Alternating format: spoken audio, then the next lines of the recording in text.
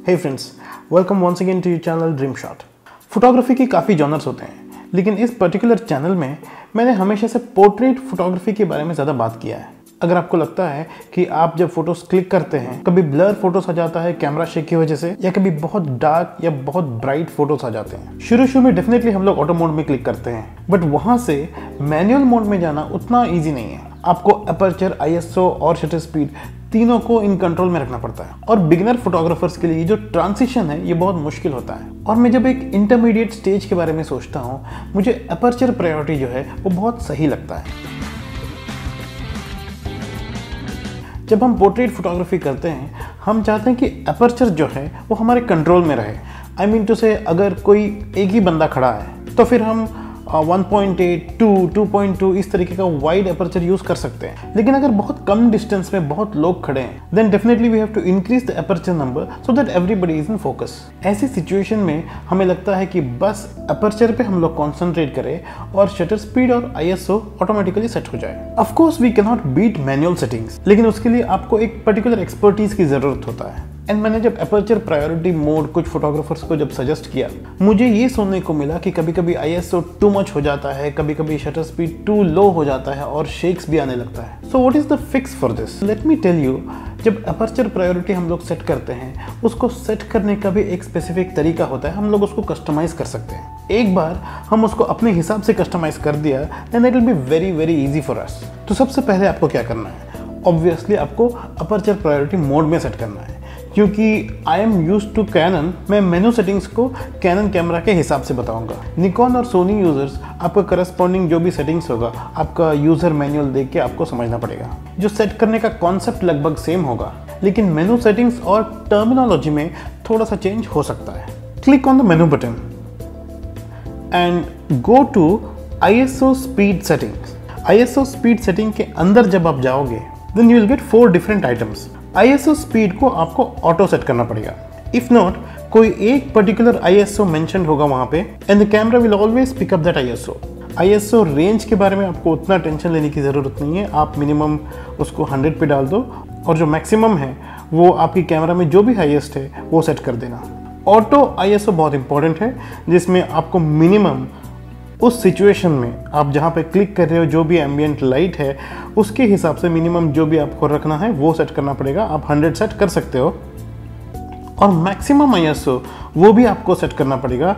आपको 6400, 3600, 5000 जो भी आपको ठीक लगे, अगेन डिपेंडिंग ऑन वहाँ की एम्बियंट लाइट कैसा है। अगर आपको लगता है कि बहुत ब्राइट है, कोई इश्यू ही नहीं होगा, तब आप उसको थोड़ा सा नीचे सेट कर सकते हैं। अगर आपको लगता है कि प्रॉब्लम आ सकता है, लाइट में थोड़ा सा ऊपर नीचे हो सकता है, तो आप मैक्सिमम पॉसिबल ISO वहाँ पे सेट कर सकते हैं। उसके बाद आता है मिनिमम शटर स्पीड। यहाँ पे आप कैमरा को बता रहे हैं कि किसी भी टाइम पे आपको इस पर्टिकुलर शटर स्पीड से नीचे नहीं जाना है। एक बार आप ये सेटिंग कर देंगे, then you are ready to shoot in aperture priority mode. यहाँ पे क्या होता है, आप सिचुएशन के हिसाब से अपर्चर सेट कर सकते हो। अगर आपको बोका चाहिए और वाइड अपर्चर रखने की फ्लेक्सिबिलिटी उस सिचुएशन में आपको है, तो आप वाइड अपर्चर रख सकते हो। लेकिन सिचुएशन के हिसाब से आप जो भी अपर्चर वैल्यू रखेंगे, उसके हिसाब से ISO भी सेट हो जाएगा और शटर स्पीड भी सेट हो जाएगा। ISO बहुत ज़्यादा होके ग्रेन्स आने की आपको टेंशन लेने की भी ज़रूरत नहीं है, क्योंकि आपने मैक्सिमम ISO सेट कर चुके हैं। और आपको लो शटर स्पीड की वजह से जो शेक आता है, उसके बारे में भी आपको टेंशन लेना नहीं पड़ेगा, क्योंकि आप वो वैल्यू भी सेट कर चुके हैं। ये जो सेटिंग्स है, बिगिनर पोर्ट्रेट फोटोग्राफी के लिए काफ़ी आइडियल सेटिंग्स है। 90% ऑफ द टाइम्स आपको किसी भी चीज़ का टेंशन लेने की ज़रूरत नहीं है। But of course there are some limitations which you should keep in mind. Just in case आप प्रोफेशनली क्लिक करने लगे हो, आप मैनुअल मोड ऑलरेडी यूज कर रहे हो and you are getting used to it, in that case continue to use manual mode. आपको वापस अपर्चर प्रायोरिटी मोड में आने की जरूरत नहीं है, क्योंकि ऐसे सिचुएशंस है जहाँ पे हम लोग अपने हैंड को बहुत स्टेबल रख के 1/60, 1/80 शटर स्पीड में क्लिक करना चाहेंगे, just to get that high quality picture with low ISO। और वेडिंग्स और दूसरे इवेंट्स में फ्लैश की यूज होता है, and when flash comes into picture, आपका पूरा डायनामिक्स चेंज हो जाता है। उस टाइम पे आपको ये सेटिंग्स ठीक नहीं रहेगा। The second limitation would be, जब हम बिगिनर फोटोग्राफर्स की बात करते हैं, तो obviously you wouldn't be having a lot of expensive lenses. Budget lenses में वाइड अपर्चर लेंसेज बहुत लिमिटेड है। Aperture priority mode works well in places where there are decent light. क्योंकि अगर आपका अपर्चर भी नैरो है, लाइट भी कम है, आपने ISO भी लिमिटेड सेट किया है और शटर स्पीड भी आपको फास्ट चाहिए, ये सारे सेटिंग्स में कैमरा स्ट्रगल करने लग जाएगा। This takes to our third point.